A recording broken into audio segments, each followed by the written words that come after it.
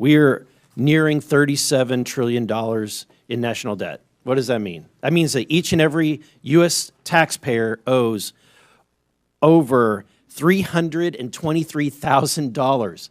Okay? What does that mean? That means when the EPIC, which is the Economic Policy Innovation Center, says we have 18 trillion left. That's it. 18 trillion left to take out, and we're spending $2 trillion in debt every year. Folks, we're at the precipice of a debt, we're like a debt cycle. We are literally at a point in which the dollar will be worth nothing. Today, we need to have a serious conversation about the state of our economy and the reckless spending that is driving our nation to the brink. Eric Burlison is calling it like it is, and honestly, it's time we all wake up. We are nearing $37 trillion in national debt. Let that sink in for a moment. Each taxpayer owes over $323,000. That's right, every single one of us is on the hook for this massive debt. And guess what? We're adding $2 trillion more every year. If that doesn't alarm you, I don't know what will. Let's dive in.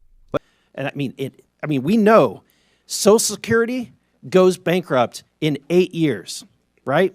Medicare goes bankrupt in 10 years. And then 15 years from now, the dollar is completely devalued and worth nothing. So what does that mean? That means your pension, the money in your bank, your savings is nothing. It's worthless. So what are we doing? We're trying to save this country. We're trying to save your pensions. We're trying to save your bank accounts. We're trying to save this country for the next generation, and it would be nice if we had help. But instead, we have people that are fighting us on this. And I think that I would hate to be in the Democratic Party right now because you're in a really bad bind. You're having to defend all of this crazy spending, all of this crazy waste. So how do you do it? You do ad hominem attacks. You attack the messenger. Oh, Elon Musk, right? He's rich. He must be evil, right? That's the attacks. Really? You can't do any better than that, right? Let's talk on the policy. Help us. We're trying to save this country. This is and Elon Musk, who's making no money doing this, is trying to save this country. Why? Because he has invested in the United States of America more than anybody, right? So I think that we should embrace it. In fact, not a single company, governor of any state would ever turn down Elon Musk and his team of Doge from coming in and providing free services to right the course and financially in any state or organization. It's ridiculous that we would demonize someone that loves this country so much. Mr. Whitman, the formation of agencies via the executive action is not new, right? The formation of Doge is not new. Can you, are you familiar with any other previous presidencies where they've formed organizations like Doge via executive action?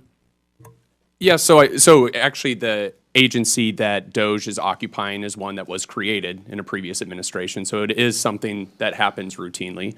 But I don't know if that answers your question. Yeah, there's been... Let's talk about the formation of government agencies through executive action.